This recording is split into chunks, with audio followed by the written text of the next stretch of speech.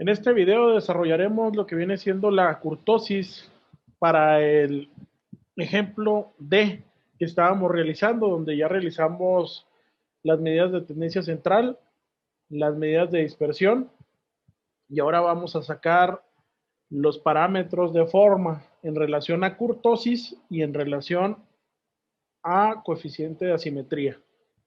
Para ello, atendiendo lo que viene siendo las fórmulas para la obtención de kurtosis, que en este caso nos muestran esta K es igual a la sumatoria de XY menos X testada, todo esto a la cuarta multiplicado por FI y dividido entre N por S a la cuarta menos 3.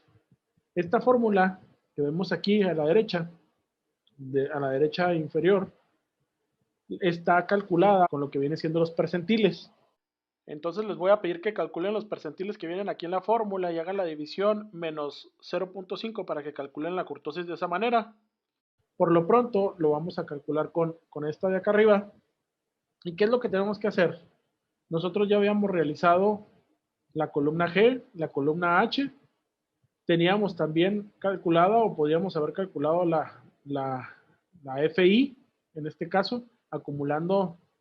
Anteriormente también veíamos que acumulábamos nada más la FI de superior a inferior de la columna y se van sumando hasta sumar 16.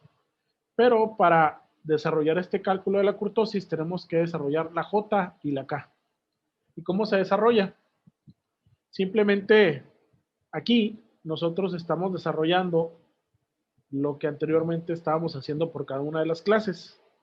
Y la primera de 2 es nuestra marca de clase XY, como dice aquí la fórmula XY, menos la media, que aquí la tenemos, que es 8.1 y está en el cuadro F8. Entonces por eso se dejó fijo. Y entonces D menos F8, y de acuerdo a nuestra fórmula dice potencia de esta resta a la 4. Por eso ya no hicimos otra columna más y aquí nos ahorramos tiempo con nuestra fórmula. Y esta fórmula, únicamente ya como tenemos nuestra media fija, podemos jalarla y nos da automáticamente, nos da el cálculo para cada uno de ellos. Y aquí lo podemos ver. Lo único que cambia es esta columna, ¿no? Este dato del renglón 4, 5 y 6. Entonces aquí ya tendríamos la primera parte de nuestra fórmula, esta resta. Y ahora, posteriormente, lo tendremos que multiplicar por phi. Para hacer eso únicamente agarramos lo que viene siendo esta columna, que es la columna J, multiplicada por E2. Y E2 es nuestra frecuencia. Y nuevamente, una vez que tengamos esa fórmula ya realizada, la copiamos hacia abajo y nos da la suma, digo, la multiplicación de cada una de las clases. Y esta última únicamente suma lo que viene siendo es la sumatoria total de las diferencias a la cuarta por la frecuencia relativa, por la frecuencia absoluta. Y aquí ya tenemos el valor que vamos a utilizar para lo que viene siendo el cálculo. Lo voy a poner aquí en verde también. Voy a rellenar de verde. Porque este lo vamos a tomar también para el cálculo de lo que viene siendo la kurtosis, porque ya tenemos la parte de arriba. Esta sería nuestra parte de arriba. Lo único que necesitaríamos hacer es obtener el n multiplicado por s a la 4. Entonces, aquí lo estamos haciendo. Seleccionamos nuestra n, que en este caso es I10, o hubiera podido haber sido también E7. Más aquí lo voy a hacer con E7. Lo voy a cambiar por E7. E7. Y aquí nos dice que potencia de H14. H14, si se fijan, es nuestra desviación estándar, que en este caso sería S. O si fuera poblacional, pudiera ser sigma. ¿Sí? Y en este caso, nosotros ya tendríamos que es a la cuarta. Entonces ya nada más le damos enter. Y este es nuestro dato que nos interesa para el cálculo de nuestra kurtosis. Una vez teniendo ese dato, Aquí lo que estamos haciendo únicamente es dividir la parte de arriba de la fórmula que obtuvimos al momento de sumar las multiplicaciones de la diferencia de esta resta a la cuarta por FI dividida entre NS a la cuarta y menos 3, ¿sí? Porque aquí es el menos 3 de la fórmula. Entonces, nosotros tendríamos una kurtosis de 0.22. Entonces, aquí con esto ya terminaríamos de calcular nuestra kurtosis. Entonces, ya tendríamos nuestra kurtosis y pasaríamos posteriormente al cálculo de nuestro coeficiente de asimetría. ¿Sí? Este es el siguiente video, el siguiente cálculo, perdón. Para calcular el coeficiente de asimetría, también pueden ser por dos métodos. El primer método nos dice que el coeficiente de asimetría se puede calcular, de hecho son tres métodos. El primer método es el de Pearson, pero nos da la opción de calcularlo ya sea con nuestra moda o ya sea con nuestra mediana. Vamos a realizar los dos cálculos. Y de la misma manera, Fisher nos dice que lo podemos calcular con nuestra media y con nuestra desviación estándar. Entonces, para el primer caso, donde Pearson nos dice que lo calculemos con nuestra moda, nos vamos aquí a esta fórmula y nos dice que F8 menos F10 entre H14. La fórmula nos dice que tomemos nuestra media, le restemos la moda y lo dividimos entre nuestra desviación estándar. Entonces, nada más identificamos cada uno de ellos. F8 sería la moda, este azul, menos nuestra, perdón, F8 nuestra mediana, que sería este azul, menos nuestra moda, que es F10, sería este, 822.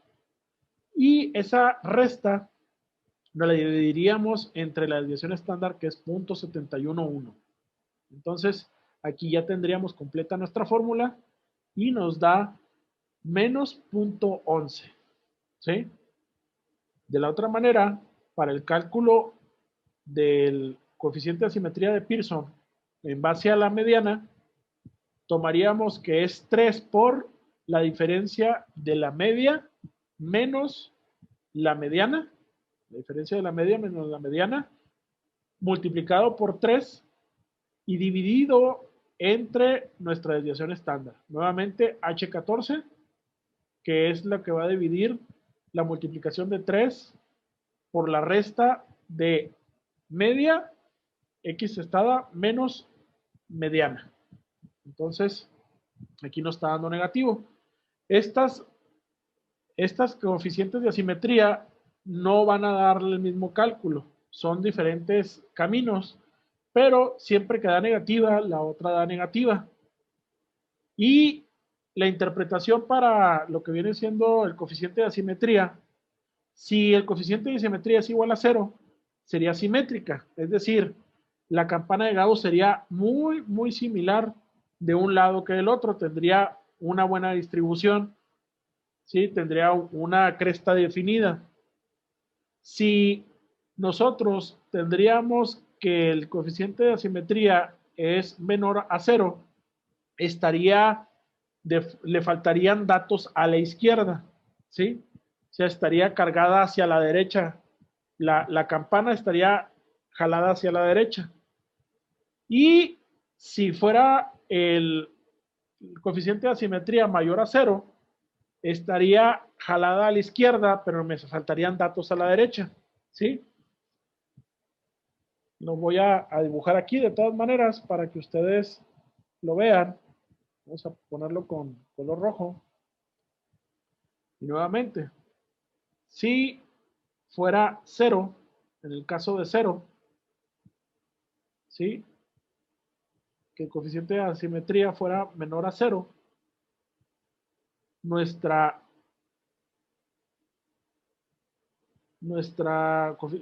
campana de Gauss tendría esta forma.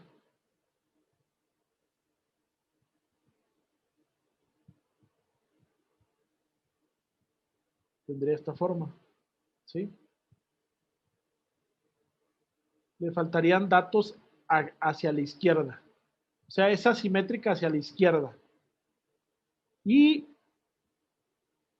para la otra condición sería asimétrica hacia la derecha. Si esto fuera mayor a 0. Mayor a 0. O sea que ahorita nosotros estaríamos trabajando con una menor a 0 y nuestros datos estarían hacia la derecha.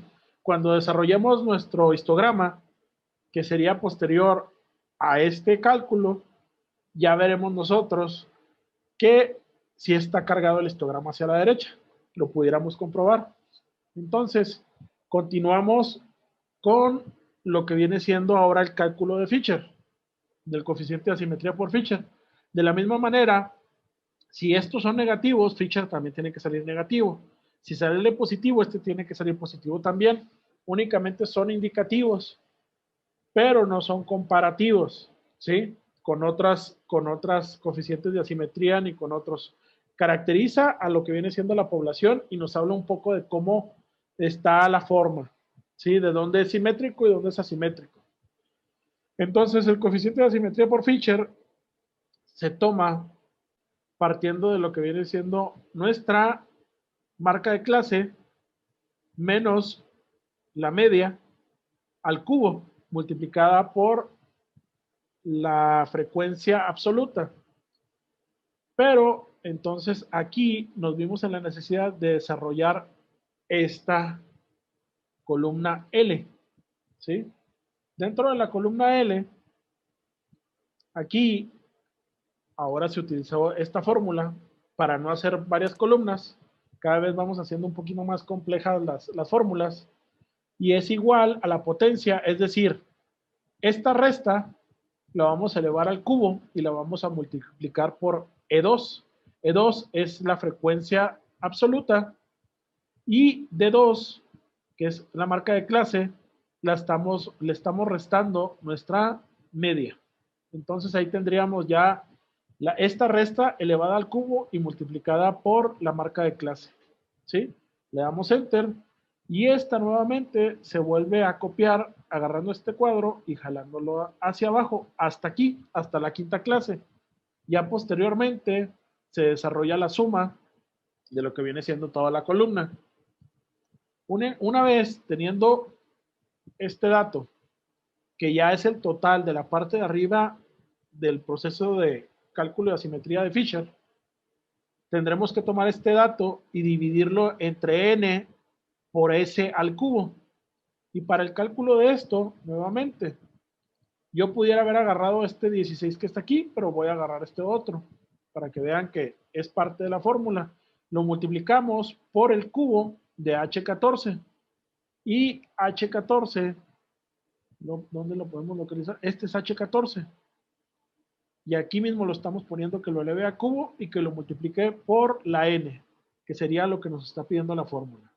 Entonces, con ello, comprobamos que aquí tenemos tanto la parte de arriba ya resuelta, entre la otra parte de abajo ya resuelta también, y nos da nuestro coeficiente de asimetría.